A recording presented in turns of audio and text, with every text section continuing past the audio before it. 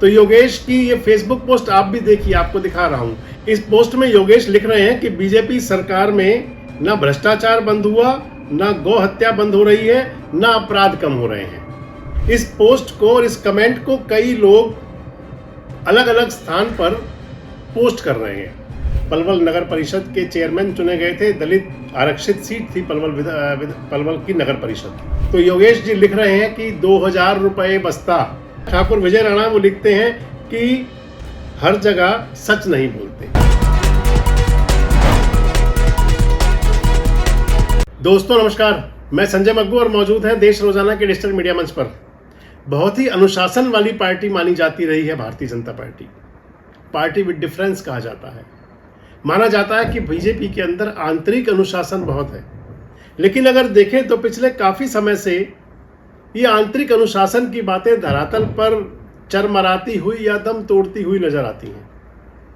मसलन आप उदाहरण के तौर पर देख सकते हैं, अभी हाल ही में हरियाणा के अंदर जो राज्यसभा सदस्य के लिए जो चुनाव हुआ, उस चुनाव के अंदर भारतीय जनता पार्टी का समर्थक प्रत्याशी इंडिपेंडेंट सतीश नांदल एक वोट से चुनाव हार गए, और इसलिए हार गए क्योंकि भारतीय जनता पार्टी के एक विधायक का वोट रिजेक्ट हुआ।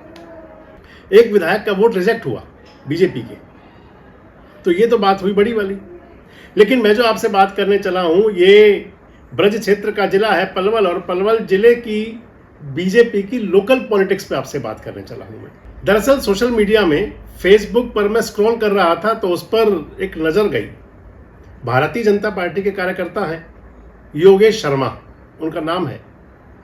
योगेश शर्मा आरएसएस से लेकर के अखिल भारतीय विद्यार्थी परिषद और भारतीय जनता पार्टी के अंदर पदाधिकारी रहे हैं, सक्रिय सदस्य रहे हैं, और आज भी बीजेपी के सक्रिय कार्यकर्ता हैं। 100 रुपए की पर्ची वाले कार्यकर्ता हैं, बाकायदा मुझे बता रहे थे टेलीफोनिक। तो योगेश की ये फेसबुक पोस्ट आप भी देखिए, आपको दिखा रहा हूं। इस पोस्ट में योगेश लिख रहे हैं कि बीजेपी सरकार में ना भ्रष्टाचार बंद हुआ, ना गौ हत्या बंद हो रही है, ना अपराध कम हो रहे हैं। ये 3 दिन पहले की पोस्ट है, और इस पर तमाम रिप्लाई भी आ रहे हैं, तमाम जवाब भी हैं। लोग अपने कमेंट कर रहे हैं। कोई इस पर लिख रहे हैं कि ऐसा मत कहो, हेमंत वधवा कोई है वो लिख रहे हैं कि इस पर आप ऐसा मत कहो, आपको एंटी नेशनल बोल देंगे कुछ लोग। और इसके अंदर एक जो विशेष कमेंट जिस पर मेरी नज़र गई वो दिनेश कौशिक का है। दिनेश कौशिक आजकल भारतीय जनता पार्टी के पलवल जिले के महामंत्री हैं और पार्टी के अंदर बहुत सक्रिय हैं। कमेंट वो कर रहे हैं इसके अंदर कि अब की बार बीजेपी को वोट देना शायद भ्रष्टाचार कम लगे। इसका जवाब दे रहे हैं फिर योगेश कुमार। योगेश लिख रहे हैं दिनेश कौशिक को कि नगर परिषद 2022 के चुनाव में बूथ एजेंटों को बस्तों में 2000 रुपए दिए थे। मंडल अध्यक्ष रहते हुए उनको तुम खुद डकार गए, भ्रष्टाचार से तो तुम भरे पड़े हो। ये रिप्लाई है इनका। और उसको फिर अगला एक जवाब और आ रहा है, ठाकुर विजय राणा वो लिखते हैं कि हर जगह सच नहीं बोलते। ये सोशल मीडिया पोस्ट है और आपसे इसी पर बात करने चला हूँ। सबसे पहले बात मैं बता दूं आपको योगेश की। योगेश कुसलीपुर गांव से आते हैं। पिछले दिनों वो जो दिव्यांग संस्था बनी हुई है उसके अंदर वो सरकार की तरफ से जिला के मेंबर भी रहे हैं। इसके साथ साथ अखिल भारतीय विद्यार्थी परिषद के अंदर वो MVN यूनिवर्सिटी के प्रेसिडेंट रहे।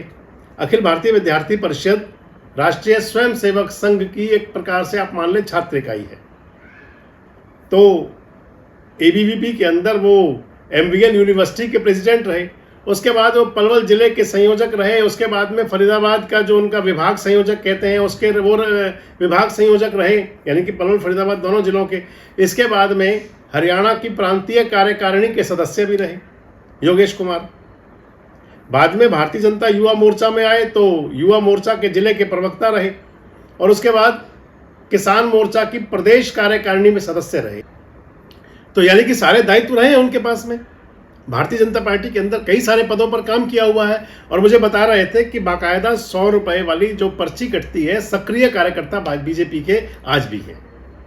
मुझे भी कई बार दिखाई पड़ जाते हैं, लोकल कार्यक्रम में कहीं जाना आना हो तो दिखाई पड़ जाते हैं उसके अंदर। और इस पर जो रिप्लाई कर रहे थे कि आप बीजेपी को वोट दो तो भ्रष्टाचार कम दिखेगा, ये भी कोई गणित होगा जरूर। दिनेश कौशिक साहब जो मैंने बताया आपको भारतीय जनता पार्टी के जिले के महामंत्री हैं आजकल। हरियाणा सरकार के जो खेल राज्य मंत्री हैं गौरव गौतम, उनके बहुत नजदीकियों में शामिल भी हैं। इससे पहले ये बीजेपी के मंडल अध्यक्ष हुआ करते थे। किसी मंडल, बीजेपी के अंदर 4-5 मंडल हैं, तो शायद किसी मंडल के अध्यक्ष रहे होंगे। इसके साथ साथ ही वो पूर्व में जब पलवल के विधायक दीपक मंगला हुआ करते थे, बीजेपी के विधायक 2019 से 24 के दौरान, तो उस दौरान वो दीपक मंगला जी के भी बड़े क्लोज थे, नजदीकी थे काफी उनके भी। बाद में चले गए थे गौरव गौतम जी के पास में। दिनेश कौशिक जी जब रिप्लाई कर रहे हैं कि आप बीजेपी को अगर वोट देंगे तो फिर शायद भ्रष्टाचार कम लगेगा, शायद इससे योगेश कुमार इसमें जरूर तिलमिला गए होंगे। और उसके बाद कह रहे हैं कि आप जब मंडल अध्यक्ष थे तो नगर परिषद में, बता दूं आपको, 2022 में पलवल के नगर परिषद के चेयरमैन पद का चुनाव हुआ था। वो भारतीय जनता पार्टी ने सिंबल पर लड़ा था और डॉक्टर यशपाल पलवल नगर परिषद के चेयरमैन चुने गए थे। दलित आरक्षित सीट थी पलवल की नगर परिषद। तो योगेश जी लिख रहे हैं कि 2000 रुपये बस्ता। जब चुनाव हुआ करता है तो चुनाव के अंदर एक बड़ी लड़ाई चलती है कार्यकर्ताओं के बीच कि बूथ पर कौन बैठेगा। तो कई बार राजनेता क्या करते हैं कि एक तो उनकी टीम होती है, कोर टीम, एक पार्टी की टीम बन जाती है और एक फिर किसी और को बना देते हैं। थैले का वजन नापा जाता है कि थैले में वजन कितना है।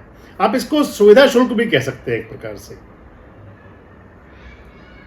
तो जो बूथ पर कार्यकर्ता बैठता है उस थैले के अंदर सुविधा शुल्क कह लीजिए या उसको खर्चे पानी के तौर पर पैसे डाले जाते हैं। योगेश कौशिक बता रहे हैं, योगेश भी कौशिक हैं, योगेश कौशिक दिनेश कौशिक जी को कह रहे हैं कि 2-2 हजार रुपए थे। तो ये एक प्रकार से कहें तो आंतरिक भ्रष्टाचार की पोल खोल रहे हैं क्या?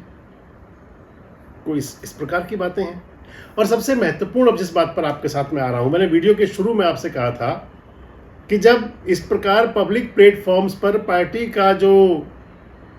पार्टी के बारे में कोई सियासी दल हो, चाहे कोई सामाजिक संस्था हो, चाहे कोई घर परिवार हो, अगर उनकी घर की बातें, पुरानी कहावत है, घर की बात जब बाहर जाने लग जाए तो वो घर की बात नहीं रहती, वो बाहर की बात हो जाती है। यहां तो बड़ा स्पष्ट है। इस पोस्ट को और इस कमेंट को कई लोग अलग अलग स्थान पर पोस्ट कर रहे हैं, फेसबुक पर भी और अन्य सोशल मीडिया के मंचों पर भी। इस पोस्ट को डाल करके कहा जा रहा है कि देखिए किस प्रकार का सारा मसला है, कैसा सारा भ्रष्टाचार को लेकर के क्या कहानियां हैं। अब बड़ा विषय है कि आखिर ये सब है क्या। अगर इस प्रकार का है तो फिर कहीं ना कहीं जरूर घर की बात तो बाहर जा रही है, और जब घर की बात बाहर जा रही है तो फिर वो बात बाहर की हो जाएगी और फिर राजनीतिक सेहत तो खराब होती ही है। वैसे क्या कहना चाह रहे हैं योगेश, क्या लगता है उनको? और जो उनका जवाब दे रहे हैं बीजेपी के जिले के महामंत्री दिनेश कौशिक साहब, उनका ये रिप्लाई कैसा है कि बीजेपी को अगर वोट करेंगे तो फिर भ्रष्टाचार कम दिखाई देगा?